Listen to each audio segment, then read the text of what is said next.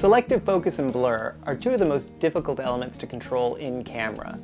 I'm going to show you how to do that inside Photoshop. I'm going to show you a blur effect first.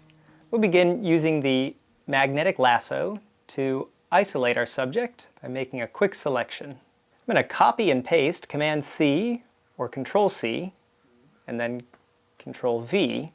Nothing looks like it's changed, but if you take a look over at the layers, if I turn off the background, you can see I now have a duplicate copy of the subject. Now I can do a couple of different things. One thing I could do is simply choose the Move tool and drag the subject over to create a duplication effect. If I reduce the opacity, I can get a sense of there being trails. I can hold down the Option or the Alt key to click and drag once again to duplicate, to reduce it one more, and you can get a sense of trails being created. Another way of creating blur in a photo using the same duplicate image is to apply a blur filter. Go to the Filter menu, go to Blur, and I'm going to create a motion blur. And in the motion blur, I'm going to have the direction of the blur sort of match what the direction of the motion would be.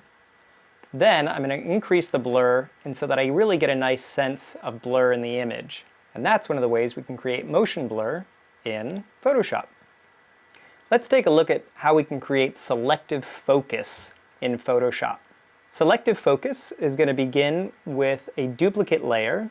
I'm going to click and drag the layer down to the duplicate or to the new layer icon. Although another way I should teach you is by pressing Command-J. That automatically quickly duplicates the layer.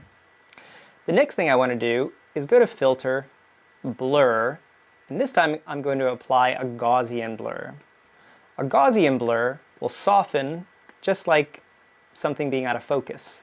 I want the area of the subject to be in focus. The horse and the trees behind are going to be in soft focus.